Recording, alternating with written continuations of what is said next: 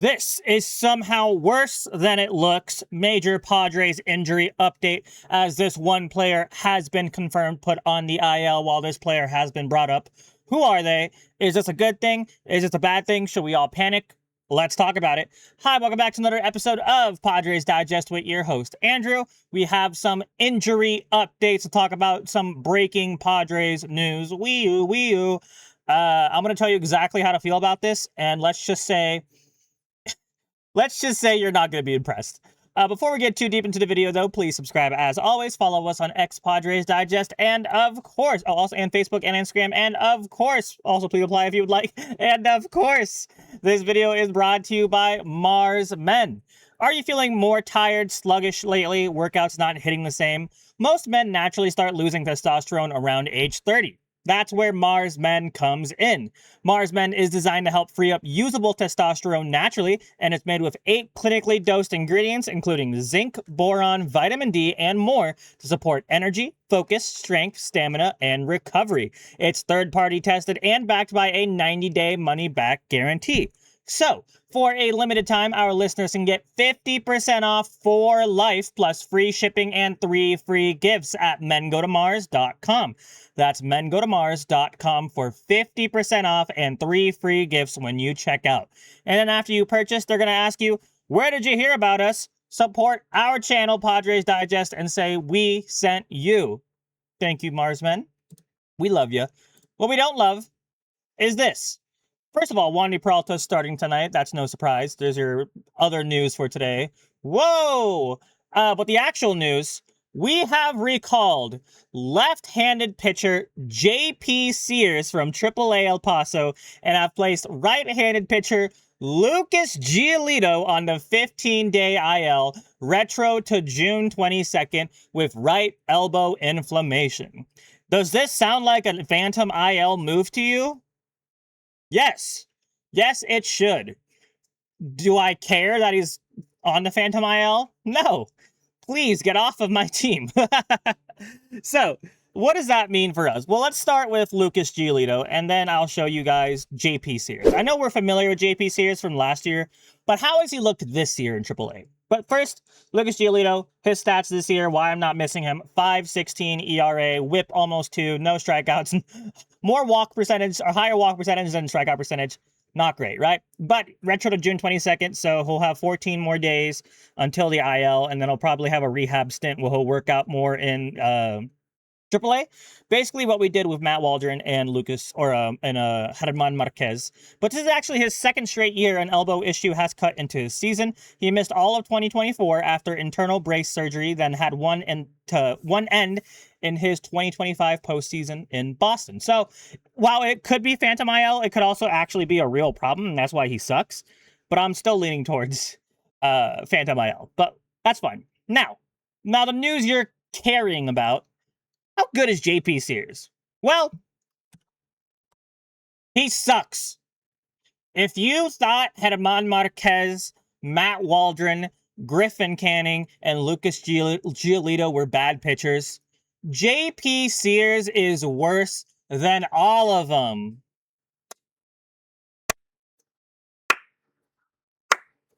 As the great Samuel L. Jackson once said, hold on to your butts.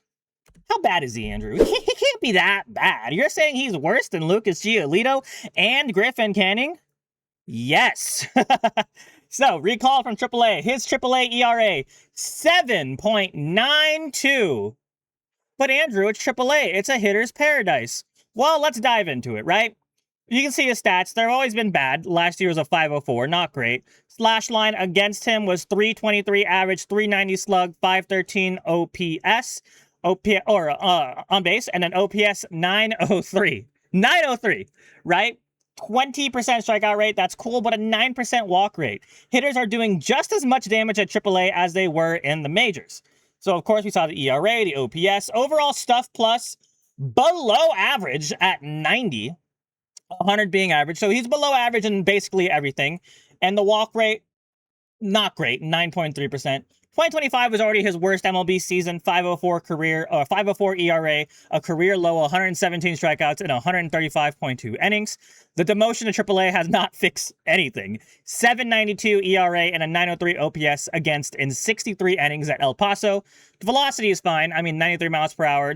We'll call it 94 to be nice. But the shape isn't missing bats. Sinker and cutter both whiffing under 12%. So people are not missing those pitches. His slider is the one real weapon. 95 stuff plus, which is still below average, and just 3.42 expected weighted on base average allowed, but he only throws it 18% of the time. So he barely even throws his best pitch. But he has a lot of pitches. So maybe that's cool. The worst part is, we have a walk problem in the major leagues, and JP Sears, his walk rate has gone up since last year. It ticked up, not down. In the minors, it's 9.3%. Command issues have traveled with him to El Paso. This recall is about need, not performance. He's filling an innings hole. Nothing in the data says he's turned a corner. And you can look into his stats. His four seam that he throws half the time sucks, and the rest of his pitches kind of suck too. I mean, the sweeper's 98. That's cool. Still below average. Whiff rate below 25. Expected weighted on base average 320. So the easiest way I can explain it to you is that people are hitting 320 off of him, which is good, right? That would make you an all-star in the MLB. So yeah, you can look at the percentiles if you want in AAA. They're basically all below average, right? His big thing back in the day was that he was great at not walking people, and his command was good. That's probably one of the reasons why we traded for him with Mason Miller. But that's regressed. Regressed a lot. So let's just say there's not much to look forward to when it comes to JP Sears. I fully think this is only going to... this move only happens because German Marquez is still working his way back, and Matt Waldron is still a lot of time left needed for his rehab. German Marquez is the closest, though, but I guess they still want him to pitch a little bit more. And then this might honestly mean, because I don't know if JP Sears has any more options. I probably should have checked that. But if he doesn't, this might mean it might be the end of JP Sears, and we'll DFA him. And then if he gets picked up by another team, which he won't, we can put him on a minor league deal, and then we're free from the shackles of his contract. But yeah, since obviously Giolito is not going to pitch anytime soon, we're probably going to see JP Sears starting, and that terrifies me. The only way I could see this possibly working is if they do a Kyle Hart JP Sears piggyback. But I don't know. I don't know if Craig Stammen has that in mind. I don't know what their plan is.